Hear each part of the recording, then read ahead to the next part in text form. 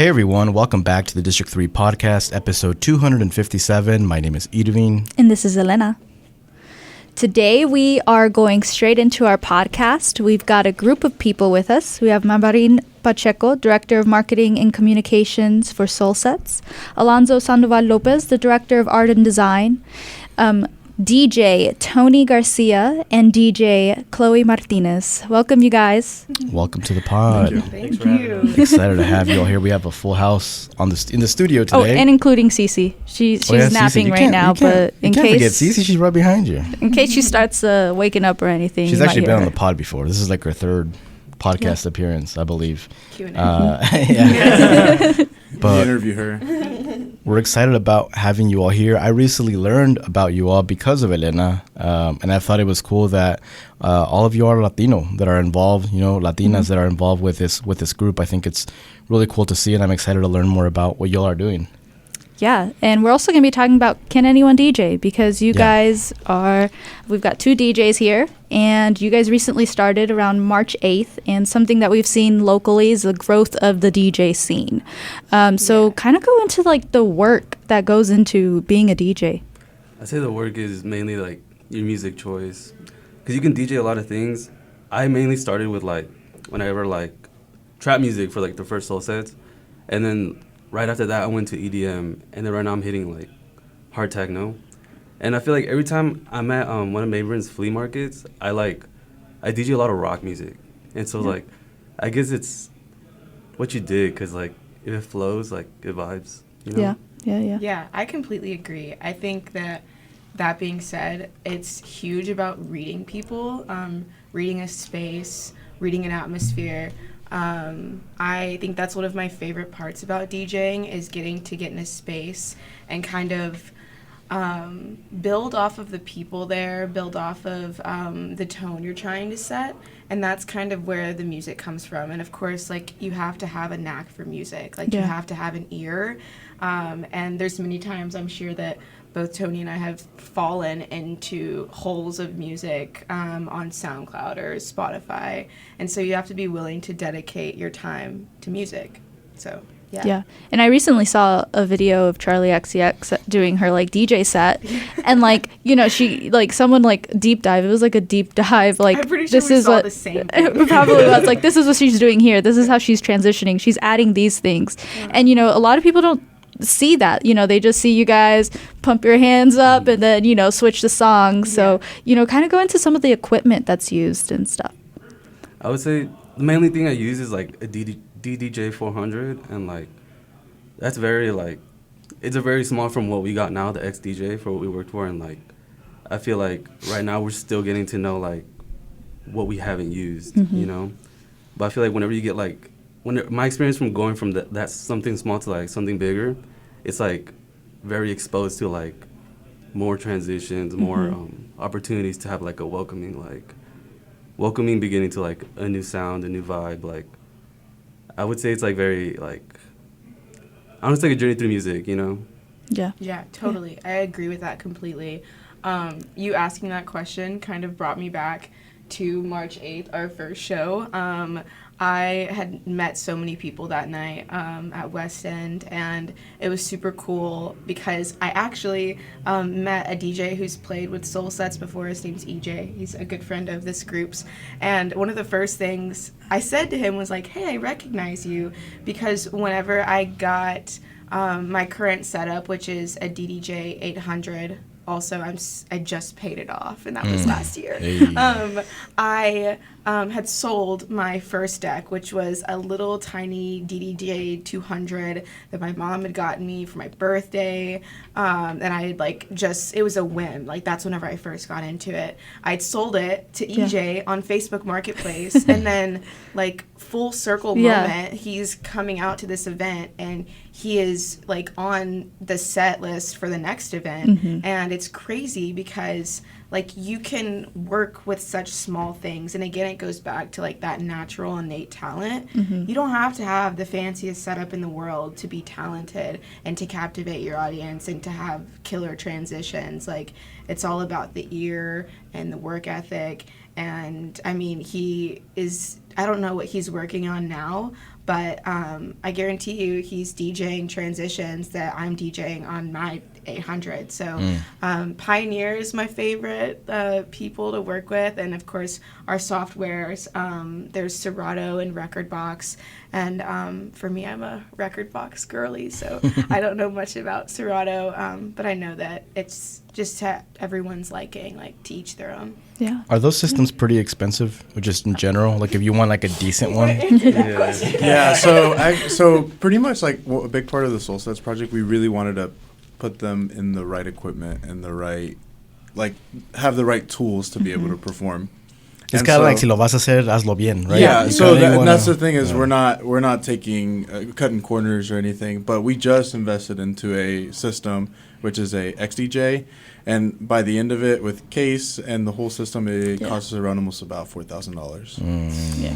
But the thing is we're investing into these DJs that didn't have this exposure before, and now we're giving them the right tools to be able to perform to these audiences or touch them at a different level. So as we can tell, you're like the mastermind. You're the puppet man. Yeah, I kind of, in a sense, between me and Tony, kind of like I kind of organized the project together. And kind of like I was watching Chloe for a while as she was doing bedroom sets. I was DJing in my bedroom, just like live streaming, and it's crazy because I remember whenever you did that, and like Soul Sets, they had just made their Instagram, and I was like, is this a scam? Like I'm scared. Like I've never been offered an opportunity like this, and I'm like, they don't have any posts, and I'm a little nervous, and I don't know. And here I am, and it's so crazy. Like Soul Sets, it was such like, it was like a little guardian angel falling out of the sky for my career in doing this locally. Like truly so awesome. So what? Going back to what you said, Mabarin, what did you see in Chloe that you wanted to recruit her to the group? I saw, in a sense, we're very much in a sense like we listen to a lot of the DJs before we do hire them, and I was listening to like she said, you have to have an ear for music, and so I really took the time and I listened into the sets. And so I was like, I really like this vibe. I really think this could be could fit within our, our project. Spectrum. Yeah, our spectrum of what we're trying to push through. I like seeing those like random sets at random places on YouTube sometimes where they were like a DJ. I was watching one yesterday, which is really weird. It was like at a beach or something, and it was just like one girl at a beach, and there was like 5 people around her, and she was just like DJing it up, So I think I don't even know who made those popular, like the bedroom sets. Who made those popular? Was there COVID? Was it like, I guess it was. It might have been COVID. I think huh? it was COVID. Yeah. It was like COVID was just like where people were bored. So I saw like I think early COVID was like in Italy. People were doing outside their balconies so other people could listen to them. Cool. I remember back in the day, like, wasn't it like DJ Olivia, the little Latina girl that would DJ like with her dad and stuff, and Exactly she who became it really was. famous too, DJing. That was pretty cool. I don't know this. You don't know DJ Olivia? No. I mean, I don't know much of her music, but I remember going just like on TikTok or something, and she'd pop up and she'd have like 5,000 people seeing her perform. Okay. And did you guys come in with like a clear goal, like kind of like, this is what I want to accomplish? So what we want to accomplish with Soul Sets is kind of taking, those artists and DJs off, just not to say the streets, but off of like just like where they might not get booked by these clubs or might not get booked every weekend or might not be, DJing for the university or DJing for So you saw a problem? Yeah, like, I saw a problem. I saw a problem where like there's a lot of talent, just nowhere to go with it. And a lot of the other projects, like they're very established. Like they have their DJs, they have their they pick and choose who they want to hire, and especially like us and like Crystal Bridges and all that. Like they have who they go to. So definitely, I was like, all right, I want to build something where we can give a outsource for these DJs or these artists to be able to further their careers. Yeah. And that's why we kind of stick to that underground. It's like not your most popular or most known person in town. It's going to be ones we create from top to bottom. Yeah. And you guys have had some kick-ass like art and like, graphic design, Alonzo, do you kind of want to go into how your mind works, dude? I mean, I definitely get in the zone, like I put on like what they would play, I put my whole heart into it, I know it's important. I want people to be excited and pop out. So, I just love doing it. And what are some things that like people don't realize goes into promoting? So especially like going back into the art, like a big reason we've been so successful is Alonzo. Absolutely. Just because 100%. when he says he put his whole heart into it, whenever we started this project, we saw other events and other promoters, and we were like, you know what? We could take this to a whole nother level, and we're gonna take it to a whole nother level where we're being copied, but people are mimicking what we're doing, or they're following right behind us. Yeah. And so we wanted to set that, like our flyers, our videos, our pictures, like our social media. Like we might not be as big as these other pages currently, but we will be there, or be even bigger some point. And that's because just working alongside with Alonzo and the thing is we hire all local people, local photographers, local videographers, local DJs. Like it's all a community within its own that supports community. Yeah. Are you in charge of the IG, Lonzo? Me and Mabrin. It's very colorful. I'm going through it right now. I'm seeing a lot of like I like the graphics that you did with the little pill. That's so Yeah. The little details are crazy. And Yeah. that's literally what I was about Yeah. to say. I go back to thinking about one of my favorite flyers that was done. It was our Meteor Gallery show, and like the work that like you could zoom in and there would be a tiny detail that like the eye would normally miss, but like it's so evident that you can see that your heart was put into making this. I remember I had zoomed in onto this picture of me like in the logo of the sun, and in my glasses it said like Star Flyer, and it was just so perfect. Like it was perfect. And I think that is really what makes it special. Working on TikTok, working on, making a graphic on Instagram and then turning it into a really sick reel. Like so cool. It's just, it's crazy. Yeah. That's so cool. I guess whenever it comes to putting all of this together and having, lots of Latinos and, just your creativity and stuff. And you said you guys are all from Springdale Rogers, right? Yeah. So, do you guys feel like where you guys grew up, where your roots are from, also impacted like what you guys are doing today? So can I clarify?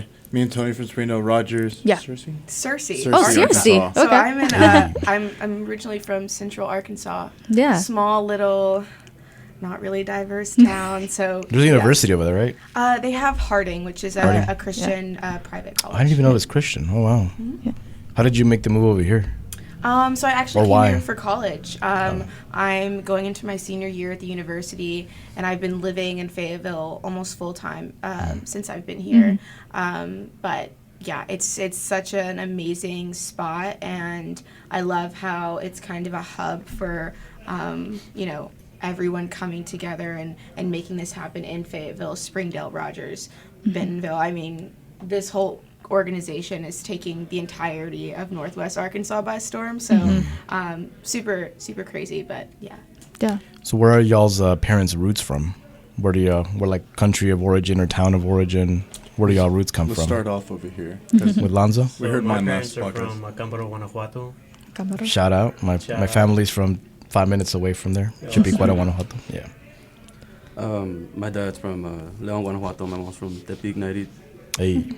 So my mom is white, but my dad is Mexican and Colombian. So Okay. I believe his family was just in Bogota. So Okie dokie. My parents are both from El Salvador, and they're both from Santana. Okie dokie. Sounds good. Well, thank you both. Thank you all for sharing that. That's so cool to see just a bunch of, folks specifically from the Latino community, coming together for art, and music specifically. We do see here in Northwest Arkansas, I have seen like events that are about like painting and where a lot of Latinos come together to create an event. I love to see that in music too. Just the fact that y'all are able to do that. Would y'all say y'all's music taste is pretty similar, or do y'all kind of like different? Specifically, like the DJs. How does y'all's music differentiate? I feel like, we're different, but also the same. Like, I think that, again, it goes back to just, like, appreciating music and welcoming it. There's so many things that I've read. And you can probably attest to this, guys, in the room, but like you get certain people out at an event who sometimes they try to like make you play music, like they're requesting music, and they are, I don't know, they just don't have the trust in the DJ to cater to what's going on, to cater to the scene. And I feel like where we can appreciate each other and even the differences in our music tastes is that we welcome it, and we're like, I don't really know, like, if, like, this set could be on the total opposite spectrum of what I just played, but, like, I'm digging it, like, I'm welcoming it, and I am enjoying it. And so I think that we definitely have some things that we both like I think house music and some tech, but also, I mean, if he played a rock set and then I turned around and played like a new disco set, I mean, that's totally different. Yeah. But we welcome it the same. Yeah. That's it. I agree. Yeah. And what kind of, like, has music always been involved with your guys' life? Oh, yeah. I'd be blasting my, like, earphones at full volume. And I'm just wondering when I'm going to go, like, deaf. Like, every day since, like, elementary, if anything. Yeah. So, like, Yeah. I cannot I feel like a big reason why jumping on this project was my love for music. Because, like, even since I was young, like, my dad early on kind of, like, put me on to, like, Pink Floyd and like early classic rock, techno, and isn't that weird that Hispanics like a lot of classic rock? Yeah, like, no, they do. Like, yeah, especially like if they grew up here around the 80s, like 80s, 90s, like they really like rock and techno. Like my dad was really into techno, and that's what kind of got me into this. And it really didn't come back up until I started this project again. I mean, I started this project where I was like, dang, I really like this music, because my dad used to listen to it. And then hip-hop as well, kind of going into the trap. So it's kind of like music's always been a part of my life. I've always, like, had some sort of music. Like, I still remember when I had my first MP3. And I could, like, put as many like songs as I wanted to on there. And then would have it with me every single day to school. But no, music's always been, like... I had a CD player before I had my MP3 with my little headphones. Plug your headphones into? Yeah. I still remember, like, the little libraries... Yep. Parents used to carry around full of CDs. My car. I still have CDs. I still have those. Yeah. My mom loves to buy me stuff from the Goodwill. Like she'll go to the Goodwill like every week and she'll just give me something random. And she just got me like a $2 it had like a CD player, you can put a USB in it, and it's also a Bluetooth. So I was able to start playing my CDs again. And I thought it was really cool because I remember when you used to walk with your CD player, if it hit like the side of your leg or something, it would just start like and you have to hit it again so that it would start playing it again. Man, the simple times back then, right? Now we don't really got to deal with CDs. Everything's I still use CDs. I still remember the little radio, the pocket radios that you used to carry around. Mm-hmm. Yeah, man. You can get them at Walmart. They're like clear. The kids nowadays will never know. And you said it took like a whole year to really figure all of this out, you know? Yeah, so like Tony, again, Tony kind of, I asked Tony, would you like to take this to like a different setting? Mm-hmm. Would you like to do events with this? And he was like, yeah. It's like what I would want to do with this. And so we didn't have a name or anything or like what the project was going to be. We didn't even have anyone who was going to play. We didn't know if anyone was going to show up. And so kind of Tony was like, hey, let's bring Axel on this project, which is another DJ, because they both were kind of learning how to DJ both. And they have, a lot more simpler setups than what we have now. And so they were like, let's jump on this project. We started planning on it. So Tony came up with a name because we were trying to figure out what we were going to name this project. And he was like, let's name it Soul Sets. And kind of when the sun sets, the DJ sets start. So good. and so Tony was really like and he's a pretty artistic person. I always tell him you need to speak out more and throw your ideas because you're super smart. And so then we went to Double Star. Double Star, that's his graphic design name, Yeah. but Alonzo. I've been working with him alongside for a long time now, for almost like 3-some years. Yeah, something like that. Yeah. And so we threw the project on him. We're like, hey, we're wanting to make a logo for this. And like it started off as like a vinyl record with the sun. And by accident, we made our logo that we have now. Yeah, I think it works out perfectly. Yeah, and it was literally an accident because we were like thinking of a vinyl record, and then somehow the swirl came out in the middle of it in the sun, and we were like, this is it. I was like, this is what we want to go with. It was meant to be. Do you, like, since you were the person, you and Tony were the people that were pretty much creating this idea of this group, does it look like you thought it would be, or do you feel that you still want to get this group to a certain, I guess, to a certain vision that you had? Where is that at in regards to the original vision of what you wanted for this group? So the original vision, kind of like going into it, was like being able to create DJs from the bottom up. But the end vision is we want to go into full scale festivals. Like we want to do what Format wasn't able to do here, and self-made. Yeah. Like we don't have the money backing behind it. Yeah. But it's like we have the art, we have the DJs, we have the. It's. I like to say it because the project literally started with $16 and a dream. Yeah. This whole project came up from $16. Yeah. And it was literally just us working, us like printing like little flyers and then putting it out, and people just showed out. Yeah. But literally just from a dream to that. Yeah. And, you know, have you been much into the entertainment industry? Like, you know, working with West End and Meteor, like how was all of that? Honestly, this is my first time kind of going into the entertainment district. I do run events, so I'm a pretty organized person. And also I'm pretty like smart, like financially, so to be able to organize events and keep them within budget. Yeah. And but no, the only really connection I had to it was Diamond State Promo. Yeah. Kevin Hondique, and he kind of put me together that connection with West End to be able to make. They're also Latino. Yeah, they're also So, Latino. yeah. Yeah, they do events at West End and some other venues around here as well. But Kevin was really the one who kind of like put it in my hand. Was like go do something with this.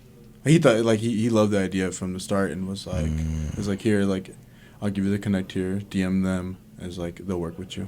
Yeah. I like when people don't gatekeep, right? When people are willing to help each other out. Just because, you know, going back to what you said about how certain, whether it be in events or whatever, they kind of like pick and choose who they want to give opportunities to.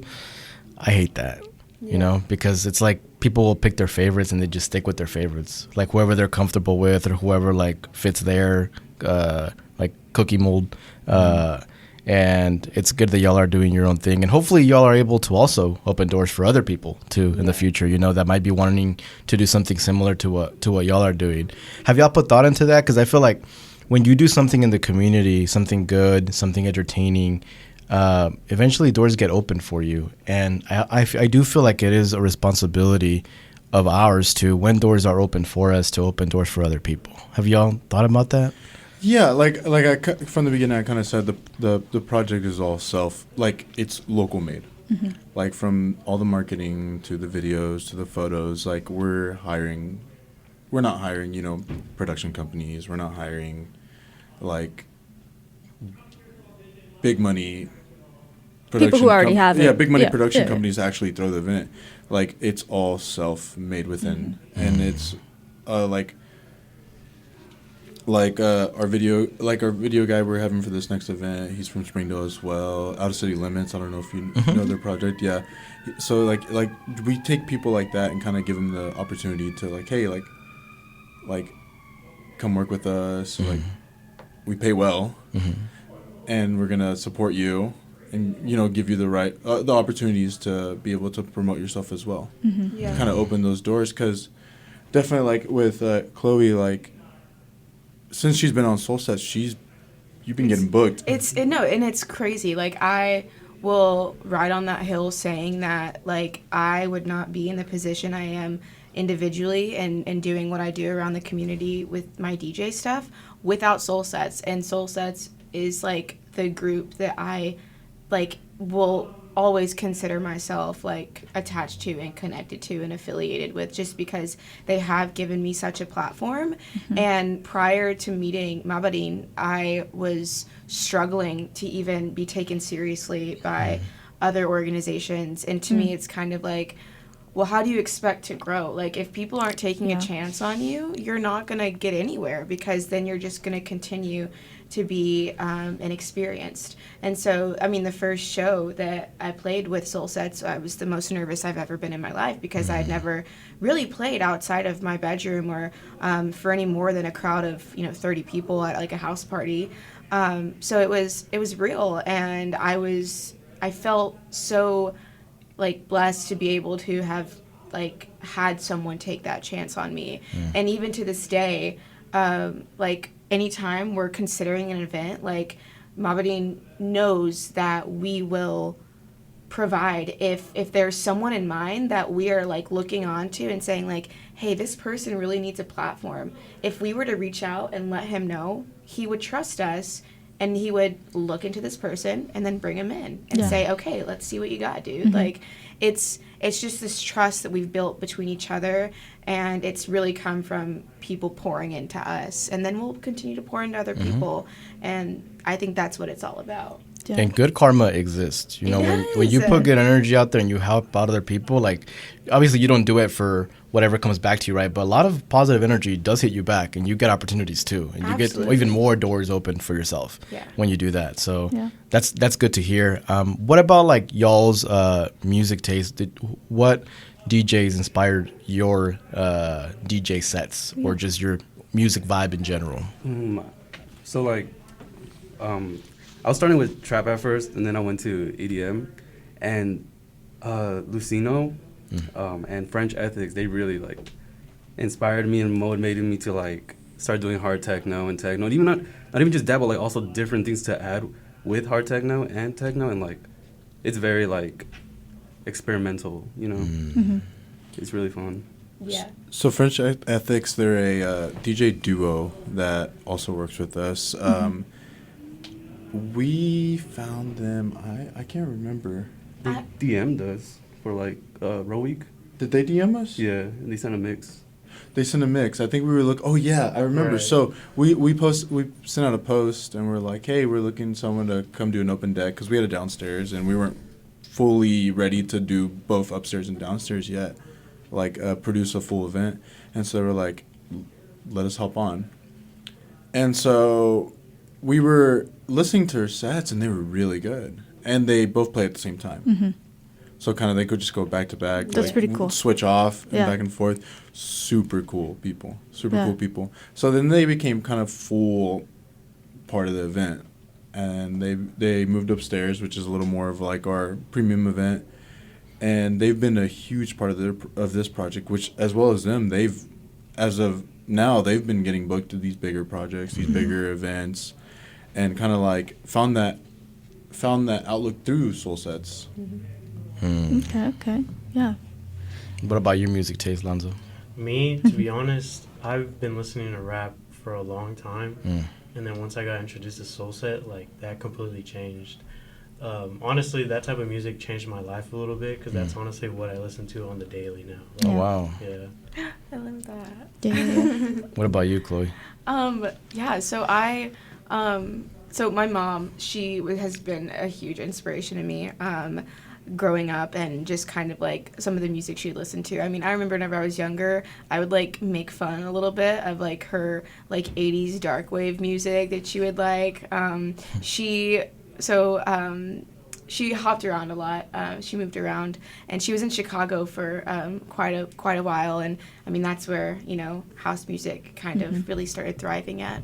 And so she kind of fell into like a similar appreciation for it. And I would listen to it whenever I was younger and just like not really see anything more than that. But then I started getting older and growing my music taste and kind of finding my individual, what I liked. And she just kind of gave me some song suggestions, and I ran with it.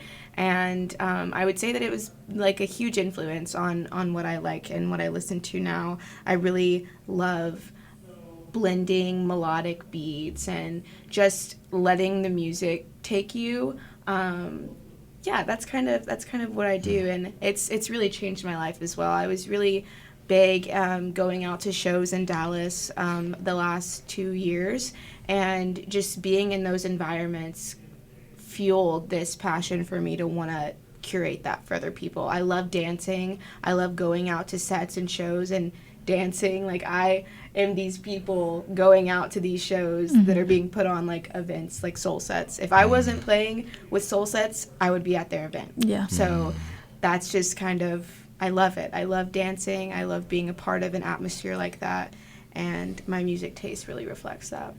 Isn't that interesting? Like, when you're younger, there's certain music that you just don't like, and then as you get older, you start appreciating it for some reason. Mom, you were putting me on. I didn't even know it. I didn't appreciate you putting me on, Mom. I used to not like country music when I was younger, right? Yeah. And I remember I used to, like, put on my Facebook any music but country music. Like, I would go my way. I would go my way to put that on Facebook, and now I have, like, a playlist of. It's not my favorite music, but I have a playlist on my Spotify of country music. I would say being a DJ has helped, like, continued to help me appreciate all different kinds of music. Yeah. Like, and it's really brought me into holes of, like, I didn't even know music like this existed, and now I'm putting it into a set list. Yeah. So, yeah.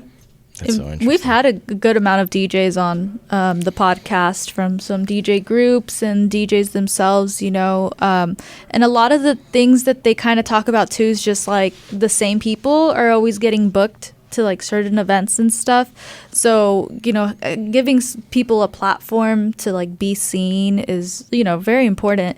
Are there any things that like you kind of like, do you see DJing being a full-time thing for you guys?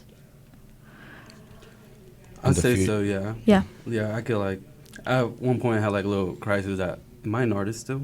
Like, you know, people tell me like, I thought you were an artist because you're DJing all the time. I'm like, yeah, I know. Like, after this, I'm going to Crystal Bridges to do a live painting. Yeah. And like, I can't, like, I don't know about balance because it's seasonal, you know? And I feel like when I DJ, I feel like I'm kind of getting rid of art for a bit. And somewhere deep down, I feel like I'm still an artist because, like, I love it, you know? Yeah.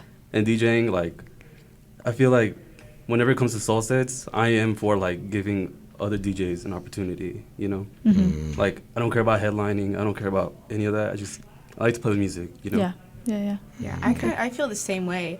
I am a college student. I am getting my degree in psychology and sociology, and I actually intend to go to graduate school and continue on my journey academically. So DJing has always been like a faucet for me to release my stress. It's therapy for me.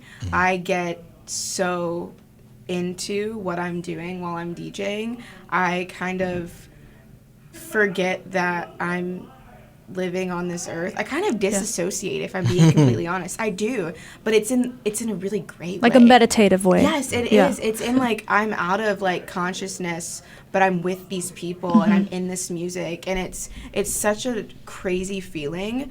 But if you DJ, I feel like you kind of get it. And so honestly, I hopped into doing this so like as an outlet. I started DJing my freshman, sophomore year of college just in my dorm. Definitely, like, there's nothing on the internet that you could ever find of me DJing at that time because I was probably not really good.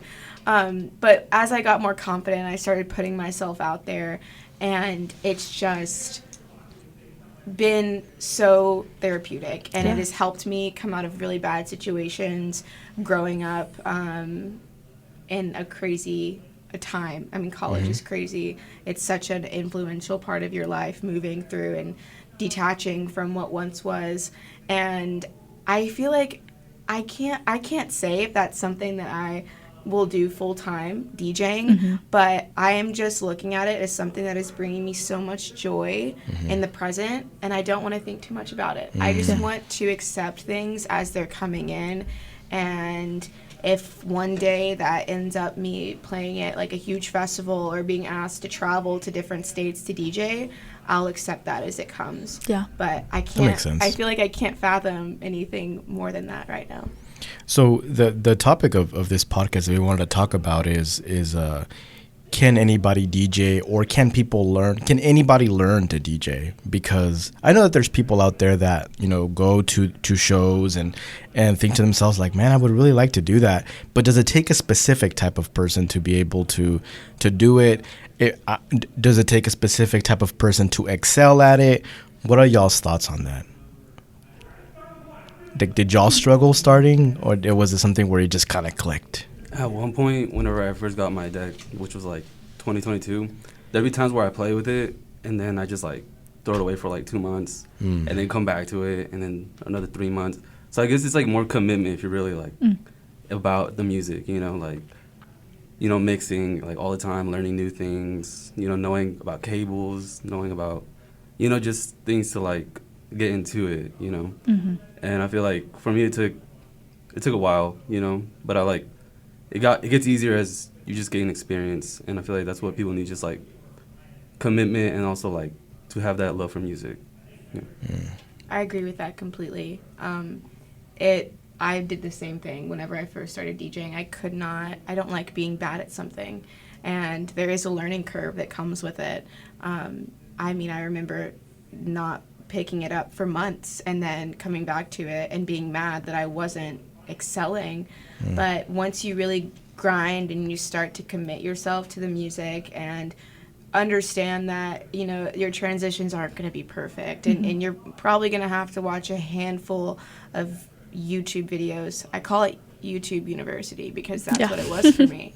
And I learned so much from YouTube and just watching other DJs. I mean, even local DJs. I remember watching DJ Susie Q and DJ Girlfriend, and I would watch their mixes and I would be inspired by them, so then I'd go and pick up my deck. It's just, you have to continue being inspired and wanting to better yourself in it, and that can be a hard thing sometimes. I mean, I definitely still struggle with that whenever I get into music slumps, or slumps of like trying to find new ways to spice up sets. So I think it takes someone who's committed to the process. Yeah, not everybody has that, like, keep going, you know. And it's so much more than, you know, just plugging in a USB and playing music. It takes such like preparation for my music. I like put so much into it. I listen to music for weeks on end preparing for one singular set. And you have to have that, like, that knack for it. And not a lot of people do. I mean, I wouldn't go ask like everyone to aux a party for me, that's for sure. So it takes someone who has a special music taste, someone who's committed, and it is a lot more than just turning knobs. I mean, you can try it yourself if you want, but it's so much more than that, and I think that is so overlooked. I had someone tell me that like DJs are really smart because it has a lot to do with like math and like timing and stuff like that. EQs and everything. Like you have to change. I mean, but some of the things that you change, I don't know what it is, but I hear it, you know, I'm like, okay, they're doing that thing, or, you know, they're, you know, but I don't know what that is. So when you're performing and you're feeling that the crowd is reacting a certain way, maybe they want something different than what you're currently playing, do you switch it up on the spot, or is that something where it's like you already have your set up where you kind of have to keep on going? There's no way to switch it on the spot when you've already, just for y'all's personal experience. It might be different for everybody, but I just kind of want to know what y'all's experience is like. That's a good question. I feel like for our events, whatever I do, I just go with my playlist. Like I just play it out, watch it out. If they don't like it, my bad. Go downstairs or Enjoy this art or don't enjoy it. That's so valid. Going back to what I said earlier, like, people sometimes don't trust the DJ. Like, you are coming into an event where you're going to be getting all different kinds of sounds, and you have to be a person who trusts the environment and who welcomes it and just accepts, like, the music. If it's not something you've ever heard before, cool. let's hear it now and let's see if we appreciate it. Like, people are so close-minded, and I feel the same way. If I was in a set, maybe I would find a similar song that is a little more like upbeat, or maybe has a little bit more vocals in it on the fly. But I really try to stick to what I've practiced, stick to what I've curated, because so much has gone into it. And I want people to trust that I've picked the perfect songs for this set and for this evening. So, which is kind of like an art exhibit in a way, right? Because it's kind of like, this is the art that the artist brought. Like, don't ask to change the art that I've already created. Like, just enjoy it. Because look, I've play done, Bad Bunny. I'm just kidding. That's another thing I want to, like, for people who are wanting to aspire to be a DJ. I can definitely tell you. I always tell Tony, teach me.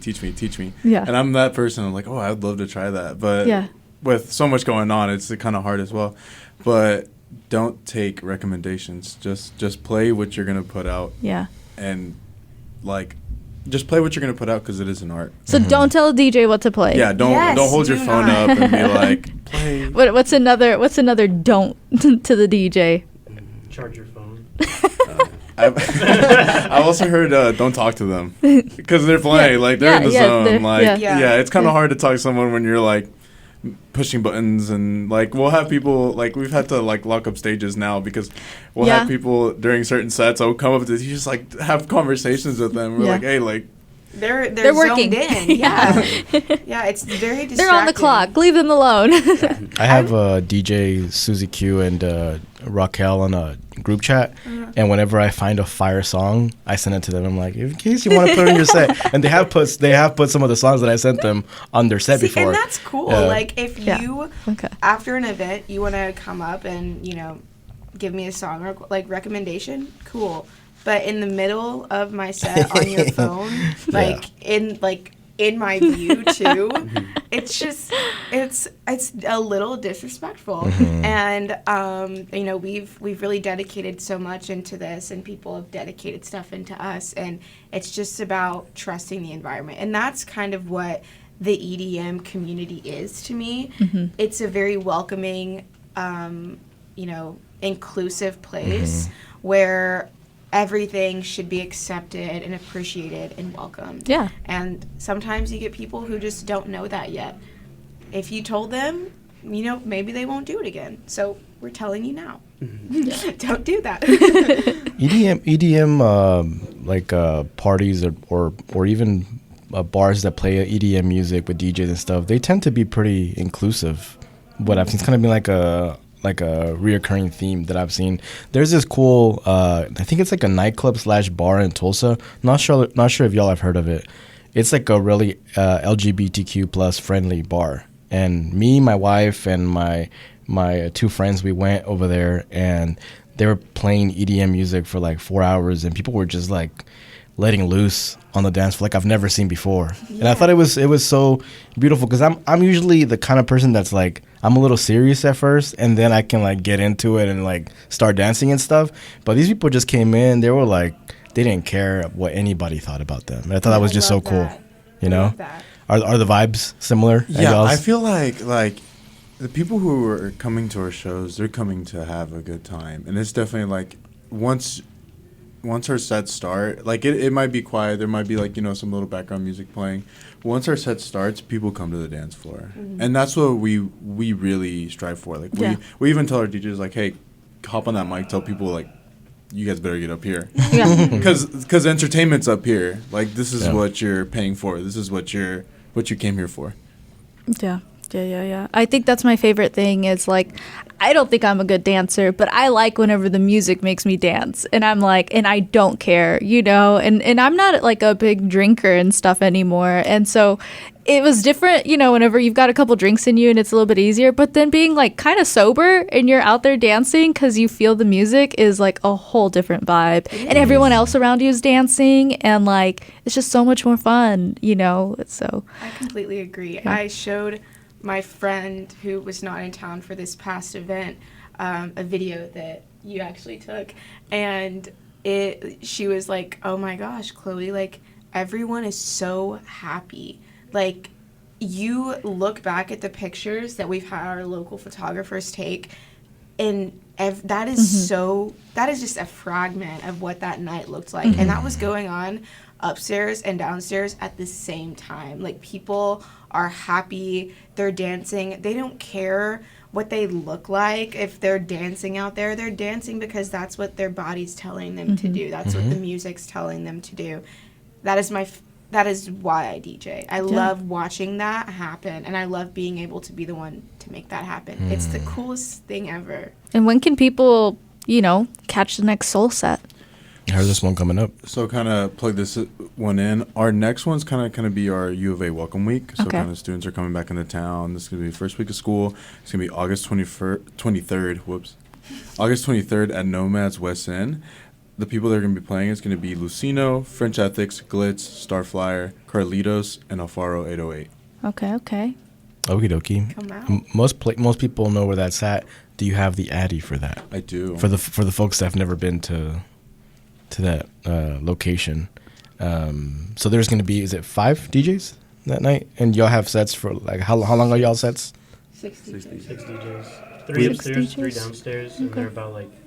Oh, there's multiple An hour and 15. floors? Yeah, on this so one too? it's 2 floors. Yeah. Yeah, we produce like a pretty like solid event because there's like it can be, and we mix the vibes too. So like going from top to bottom, you like, let's say you don't like the music up top, you can go downstairs. Oh, And we intentionally like we'll put 2 different types of music DJs back to back just to kind of like switch the vibes a bit. But the address is gonna be at 339 Northwest Avenue, Suite 3, Fayettelle, Arkansas. And So where do it's people by get what, tickets? Mochurros? So tickets will be available this time on Line Leap. They haven't, they'll be available by the time this podcast posts, but through Line Leap. Okie dokie. That'll be in your guys' bio at Yes. Soul Sets? It'll be in our link tree. Linktree? Okay. And also you can buy tickets at the door. Okie dokie. Sounds good. Well, for everybody that's listening, make sure you go check out this event on August 23rd. By the time this episode comes out, it'll be in a few days. So make sure that you get your tickets. Where can people follow you all on social media? Soulsets.u on Instagram. Okay. Right, and then mine, right? Yeah. Okay, What is yours? So I'm Double Star Graphics on Instagram. Okie dokie. I'm at Glitzy on Instagram. GLITZSY. Okie dokie. I'm at DJ Starflyer on Instagram. Mine is Youth of Estelle. Okie dokie. Yes. I'll make sure to I follow you already, and I'll make sure to follow you all too.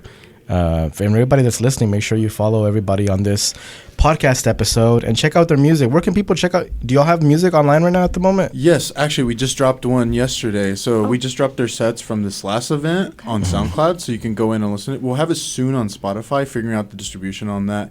But you can listen to their hour full sets because we record the upstairs for now. But this next event, we'll be recording both floors. So it'd be 6 total sets per event. So you can get the 6 vibes at hours of home. music. Yes, you can. 6 hours of music every event that we do. Wow. Okie dokie. Crazy. Do you all have anything online that's like a single song or anything like that you all? Want to promote? Yeah. Because what I like to do is if we can just cue at the end of this episode to play one of y'all songs. So Do you have a song or anything? you We'll want to play? we'll stick with Yeah, my SoundCloud is at Glitz. is there a song on there that you would like, and we'll go ahead and Play add it it at to the the end. end of the episode. Oh my god. Or you could send it to us later. Okay, Yeah, yeah. I think I better. I got a lot of songs. Yeah. That way, because I don't think we could doundload from SoundCloud, right? I think you might have to. Yeah. Yeah. Yeah, If and it you won't be can. copyrighted or anything. Yeah, Like, yeah. you guys can use it. Okie dokie. Sounds good. But thank you all for coming today and for talking to us about what y'all are doing. We're looking forward to see, how this evolves and everything that y'all do. I'm going to try to make it to that August 23rd show. I don't think I have anything that date, so I'm going to try to pull up. Get there early. Sweet. There'll be a The line for lines sure. are The lines are crazy. crazy. Crazy. Really? The Full House. We have like Well, I know people now, right? Can you get? I just. Yeah, no, we got you. If y'all come, definitely we got you. Just call me. But yeah, no, like if you are wanting to buy a ticket, get there early because the lines are crazy. Okay. Yeah. Okie dokie. Sounds good. But once again, thank you all for being here. We appreciate y'all being here. That was episode 257 of the District 3 podcast. My name is Edwin. And I'm Elena. And we're going to leave you with this music right now. Bye.